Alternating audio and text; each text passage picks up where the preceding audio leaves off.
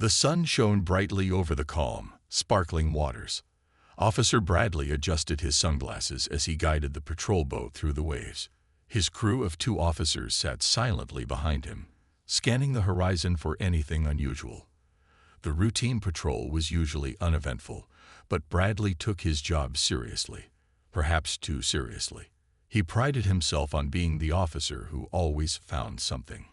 As they cruised along, a large luxury yacht came into view. The vessel was anchored near the edge of their jurisdiction. It was sleek and modern, with its polished deck glinting in the sunlight. Through his binoculars, Bradley could see well-dressed people moving about on the deck. They appeared to be hosting a gathering, their laughter and chatter faintly audible over the hum of the patrol boat. "What's a yacht like that doing here?" Bradley muttered. He glanced at his crew. "Let's take a closer look." The patrol boat slowed as it neared the yacht. Bradley's sharp eyes darted over the scene. A group of men and women, dressed in tailored suits and elegant dresses, were sipping drinks and talking in small groups. The atmosphere appeared festive, yet Bradley's suspicion grew. "Could be illegal activity," he said, nodding toward the yacht. One of the officers hesitated. "It looks like a formal event, sir. Maybe a business meeting or something." "Or something," Bradley snapped. "We're going aboard." Bradley grabbed the megaphone and announced their approach. "This is the Maritime Police. Prepare for inspection." The guests on the yacht exchanged confused glances but complied, moving aside as the officers climbed aboard. Bradley led the way, his boots thudding against the wooden deck. The yacht was even more impressive up close, with its luxurious furnishings and state-of-the-art design. However, Bradley barely noticed. He was focused on the people. "Who's in charge here?" he barked. A tall, composed man stepped forward. He was dressed in a tailored navy suit and a red tie, his demeanor calm but confident. "I am," he said, extending a hand. "Elijah Carter.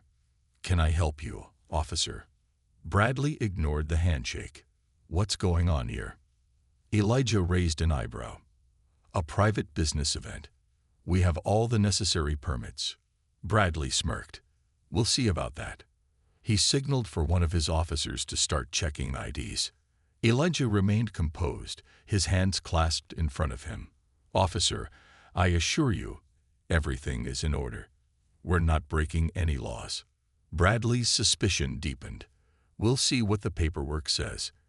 As the officers checked the IDs of the guests, Bradley stayed close to Elijah, asking questions about the event. Elijah answered politely but firmly, his calm demeanor frustrating Bradley. The officer was convinced there was more to the story. "Your ID says Elijah Carter, but how do I know that's real?" Bradley asked. Elijah sighed. "I can provide further identification if necessary, but I'd appreciate it if you treated me and my guests with respect." Bradley's jaw tightened. He wasn't used to being challenged. His tone grew sharper. "Listen, Mr. Carter, I'm in charge here. If I say something looks suspicious, it's suspicious." Elijah didn't flinch. "And if I say you're mistaken?" The tension on the deck was palpable. The guests watched in uneasy silence, some whispering among themselves. One older man, standing near the edge of the deck, appeared particularly concerned. He kept glancing at Elijah and then at Bradley, as if debating whether to intervene. Bradley stepped closer to Elijah, his voice low but firm. "We're not done here." Elijah met his gaze without blinking. "Neither are we, officer." The standoff set the stage for what would soon escalate into a confrontation that neither man could have anticipated. The atmosphere on the yacht grew heavy as Officer Bradley's sharp tone echoed across the deck. Guests exchanged uneasy glances, their chatter fading to silence. Elijah Carter stood tall, his calm gaze fixed on Bradley, but there was a flicker of frustration in his eyes. The older man, William Hargrove, stepped forward hesitantly, clearly uncomfortable with the growing tension. "Officer," William began, "if I may." "You may not," Bradley interrupted, holding up a hand to silence him. "I'm speaking to Mr. Carter here." Elijah let out a measured breath, keeping his voice even. "Officer, I've cooperated fully. My identification has been provided, and your officers haven't found anything irregular with our permits or guest list. What exactly are you looking for?" Bradley smirked, crossing his arms. "That's for me to decide, Mr. Carter. Suspicious behavior isn't always in the paperwork." A murmur rippled through the crowd, and Elijah's composure wavered for the first time. "Suspicious behavior," he repeated, his tone sharp.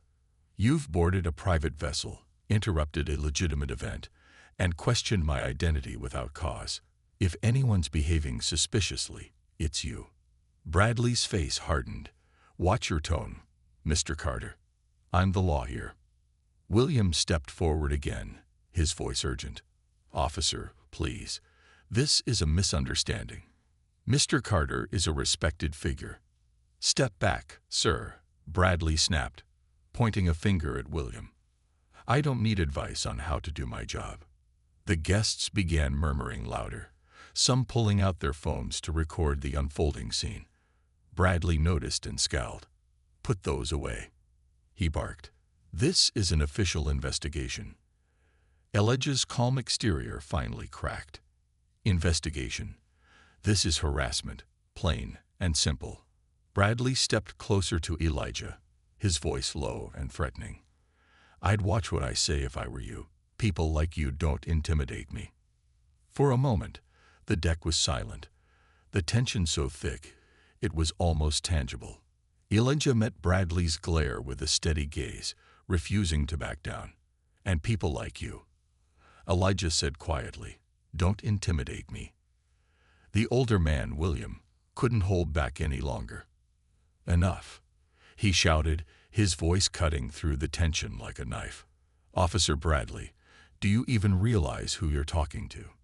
Bradley turned to William, his expression one of disdain. "And who would that be?" William straightened his back, his voice firm. "Elijah Carter is one of the president's closest advisors. You're making a grave mistake." Bradley blinked, momentarily thrown off balance, but quickly recovered. "Anyone can claim to be anyone. That doesn't mean it's true."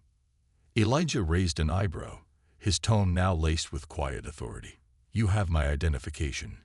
You've spoken to my guests. You have no grounds to continue this." But Bradley wasn't ready to concede.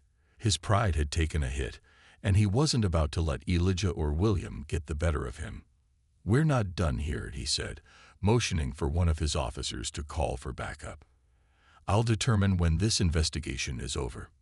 The crowd on the yacht began murmuring louder, their discontent growing. William pulled out his phone, his fingers flying across the screen. "Then I'll make a call of my own," he said, his voice steady. "Let's see how this plays out."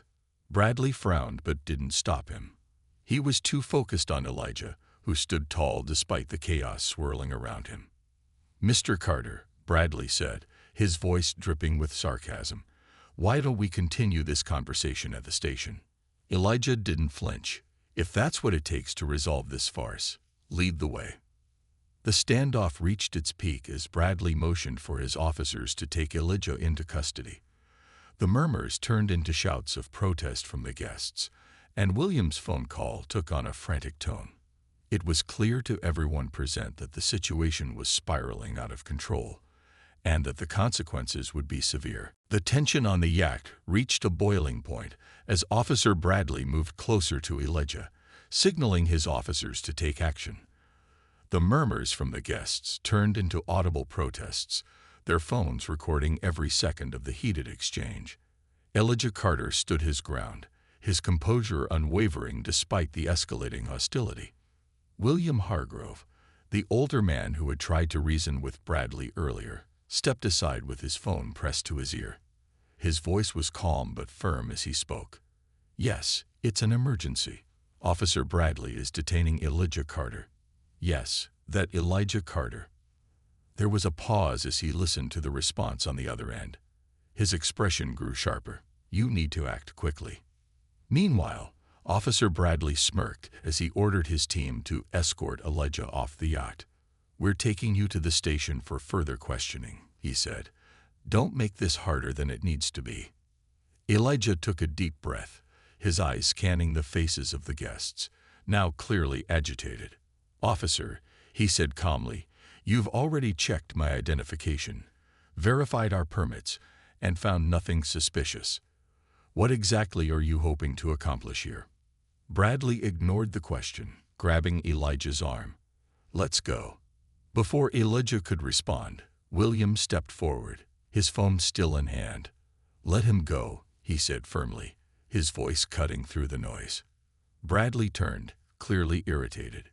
"Sir, I've already told you to step back. This doesn't concern you." William didn't budge. "It concerns me more than you realize. You've crossed a line, officer."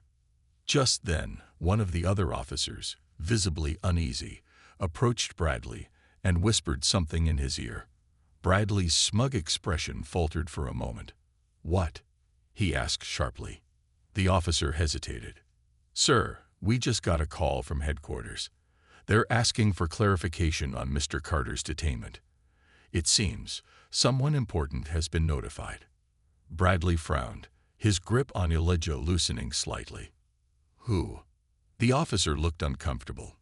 "They didn't say, sir, but they sounded serious." William crossed his arms, his demeanor calm but authoritative. "Perhaps now you'll reconsider your actions, Officer Bradley." Bradley's face turned red, his pride clearly wounded.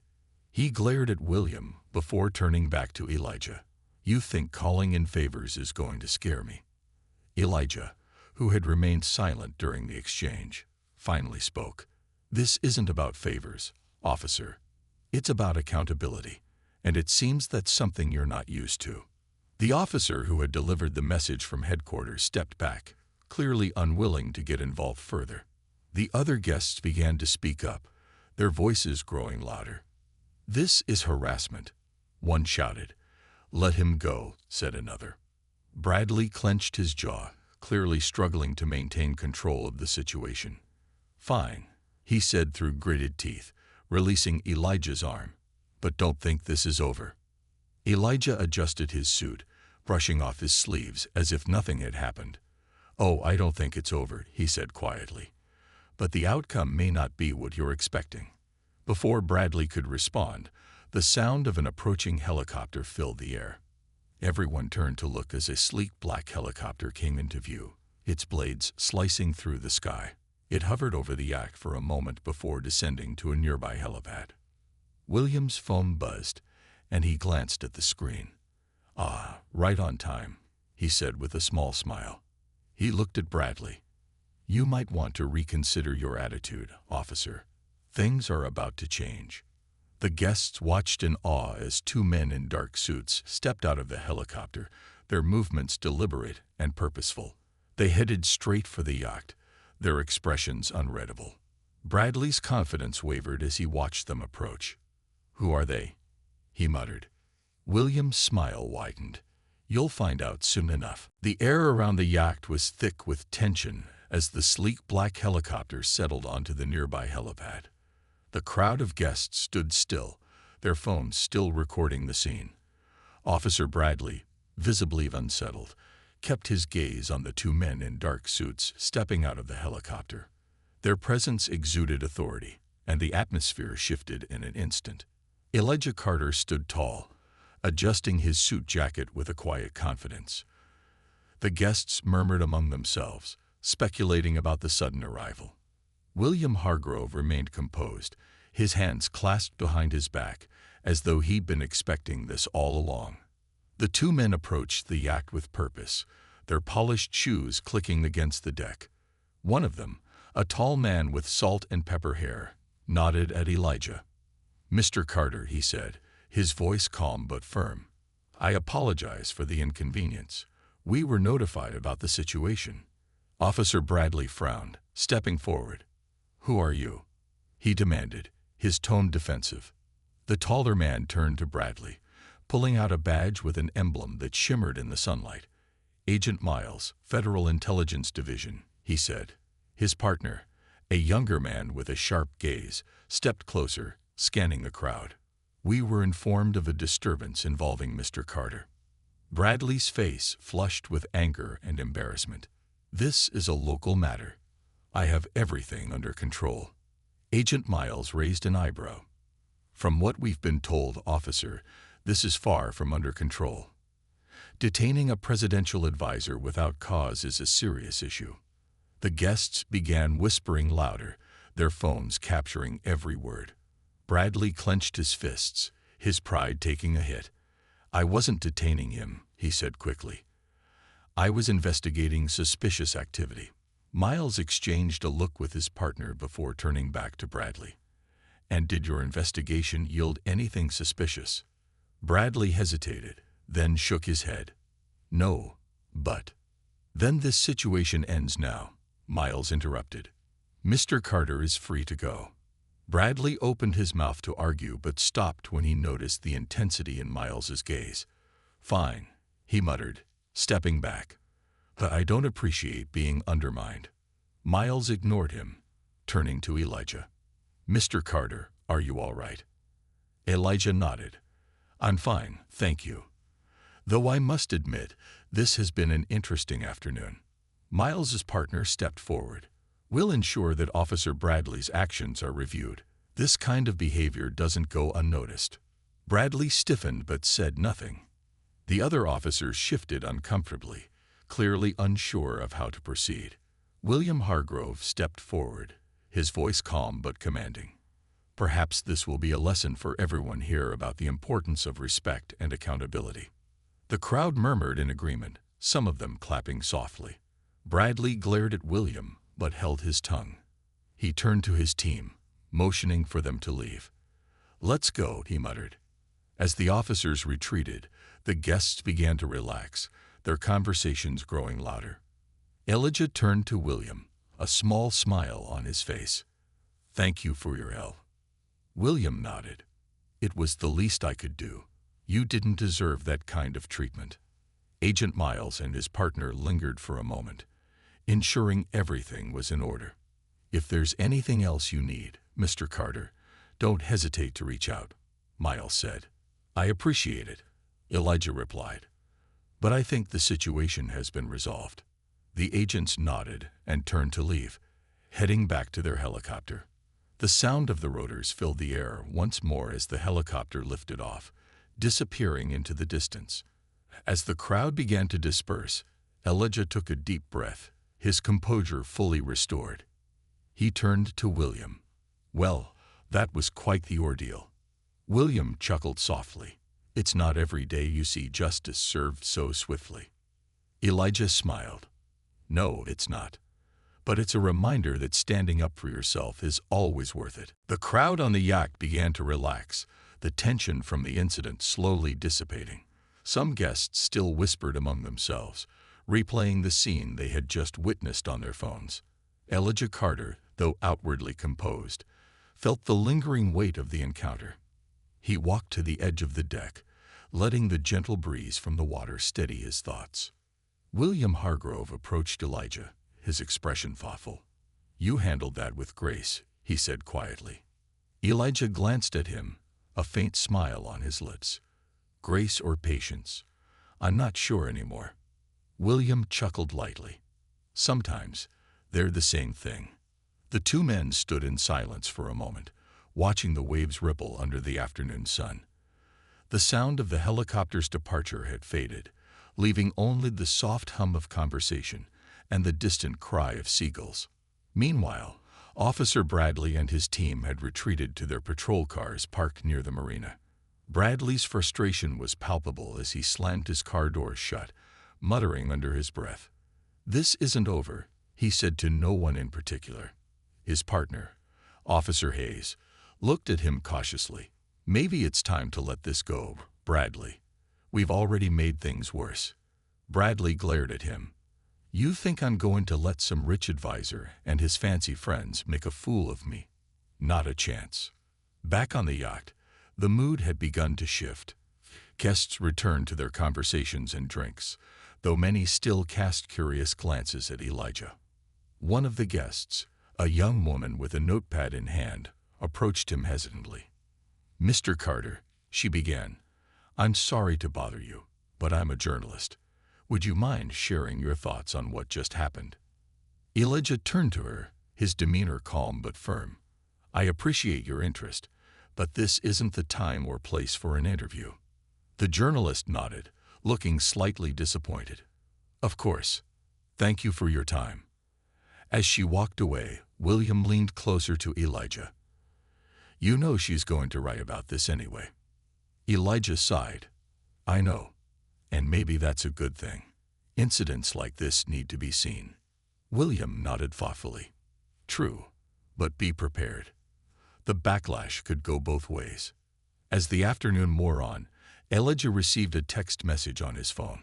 It was from his assistant, who had been monitoring social media. The video is everywhere. People are outraged, but the comments are overwhelmingly supportive of you. Elijah showed the message to William, who raised an eyebrow. Looks like the public is on your side. It's a start, Elijah replied. But public opinion won't fix the system. That's going to take more than a viral video.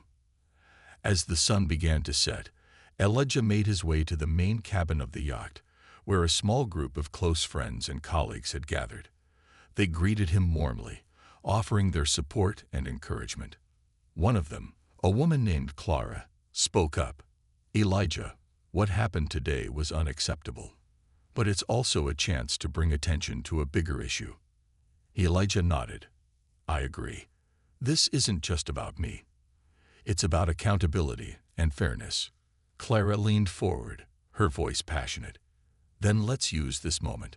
We can organize a press conference, bring in legal experts, and demand action. Elijah considered her words, his mind racing with possibilities. You're right. This is an opportunity to push for change, but we need to be strategic. William, who had been listening quietly, spoke up. You'll have my support, Elijah. Whatever you need. Thank you, Elijah said sincerely. This isn't just my fight. It's all of ours. As the group began to brainstorm ideas, the mood on the yacht shifted once more. What had started as a day marred by conflict was transforming into a rallying cry for justice. Elijah felt a renewed sense of purpose. The road ahead wouldn't be easy, but he was ready to face it. The next morning, Elijah Carter sat in his quiet study, sipping his coffee as sunlight streamed through the window. Despite the serenity of his surroundings, his mind was buzzing with thoughts. Overnight, the video of the incident had gone viral, shared millions of times across social media platforms. News outlets had picked it up, dissecting every moment and sparking nationwide discussions about accountability and systemic issues. His phone buzzed relentlessly with messages from friends, colleagues, and strangers alike. Some offered their support, while others expressed outrage over what had happened. Among the messages was one from his assistant, Clara. Everything is set for the press conference at 2 p.m. We have legal experts, activists, and media representatives attending. Elijah replied with a simple thank you. I'll be there. By noon, the conference room in a downtown building was bustling with activity. Journalists from every major outlet were setting up cameras and microphones, while activists and community leaders mingled, sharing their thoughts on the incident. Clara greeted Elijah at the entrance, her clipboard in hand. Everything is ready. Are you feeling okay? Elijah nodded. I'm ready. Let's do this. As he stepped onto the stage, the room quieted, all eyes on him. Elijah's calm yet commanding presence immediately captured the crowd's attention. He adjusted the microphone and began to speak. Yesterday's incident was not just about me.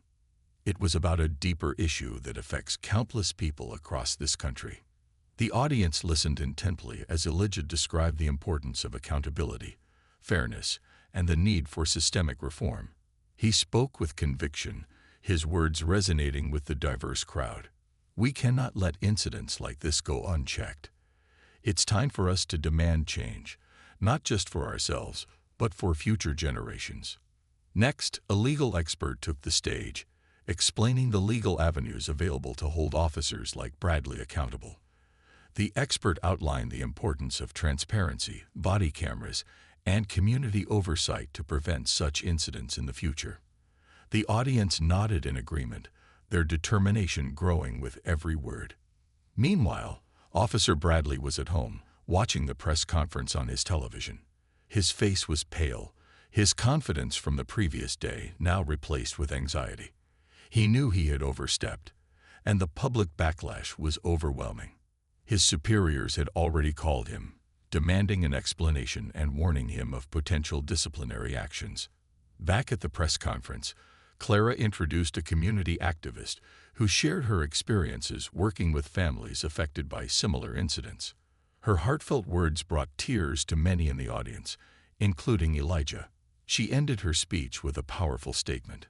Change doesn't happen overnight, but together, we can build a future where everyone is treated with dignity and respect.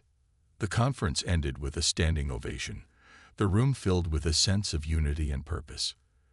Elijah stepped down from the stage, shaking hands with attendees and thanking them for their support. William Hargrove, who had attended the event, approached him with a proud smile. "You've started something important here, Elijah. Don't let it stop." Elijah nodded. "I won't. This is just the beginning." As he left the building, reporters surrounded him, asking for statements. Elijah paused, turning to face them. "This isn't about me. It's about all of us working together for a better tomorrow. Let's focus on the solutions, not just the problems." The reporters scribbled furiously, eager to share his words with their audiences. Elijah's determination was clear, his resolve unshakable. He knew the journey ahead would be challenging, but he also knew he wasn't alone. The tide was turning, and for the first time in a long while, he felt hopeful. Together, they could make a difference. The day after the press conference, the momentum from Elijah Carter's powerful speech continued to build. News networks were airing segments analyzing his call for reform, and social media was abuzz with hashtags supporting accountability and justice. The video of the incident had become a rallying point, sparking a nationwide conversation. Elijah sat in his home office, surrounded by stacks of papers and his laptop. Clara, his assistant, entered the room with a smile. "Elijah, you need to see this," she said, placing her tablet on the desk. The screen displayed a news report about the city's mayor announcing a formal investigation into Officer Bradley's conduct. The mayor had also pledged to review policies and procedures within the police department to prevent such incidents from occurring again. Elijah exhaled deeply, a small smile breaking across his face. "It's a start," he said, his tone cautious but hopeful. Clara nodded. "It's because of you. Your voice is making a difference." Before Elijah could respond, his phone buzzed with a call from William Hargrove. "Elijah, I just got off a call with the governor," William said, his voice energetic. "They're forming a task force to address these issues. They want you to be part of it." Elijah's eyebrows rose in surprise. "Me? On a task force?" "Absolutely. You're the perfect person for it," William replied. "This is your chance to help shape real change." Elijah hesitated for a moment, the weight of the responsibility sinking in. "I'll do it," he finally said. "If it means making a difference, I'm in."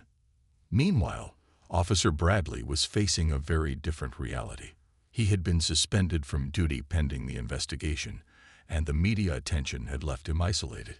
His neighbors, once friendly, now avoided him, and his family was receiving harsh criticism online. Bradley sat in his dimly lit living room, staring blankly at the news report about his suspension. His partner, Officer Hayes, tried to offer some words of comfort over the phone. "Bradley, maybe this is a chance to reflect," Hayes said cautiously. "Maybe it's time to reconsider how we approach things."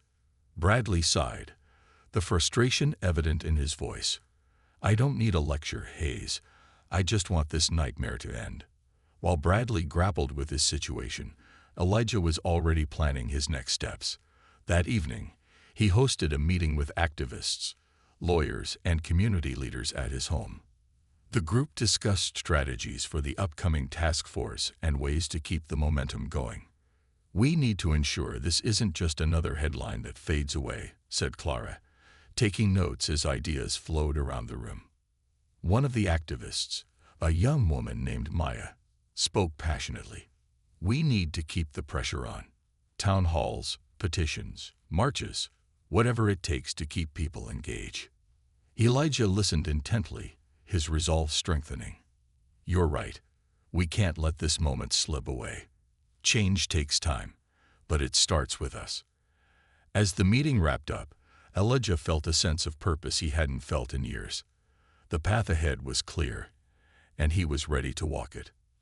The next day, Elijah attended the first meeting of the governor's task force. The room was filled with influential figures, community leaders, legal experts, and even a few police officials. The discussions were intense but constructive, with everyone focused on finding solutions. Elijah spoke eloquently about the need for accountability, transparency, and community involvement in policing. His words carried weight, and even those who had initially been skeptical began to nod in agreement.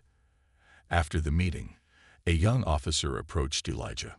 "Mr. Carter," he said hesitantly, "I just wanted to say thank you. My father is a police officer, and I'm training to be one too. I want to make a difference, and your work inspires me." Elijah shook the officer's hand, a warm smile on his face. "Thank you for saying that. Together, we can create the change we need." As Elijah left the building, he felt a renewed sense of hope. The road ahead was long, but they had taken the first step. And for the first time, it felt like justice wasn't just a dream. It was a reality within reach.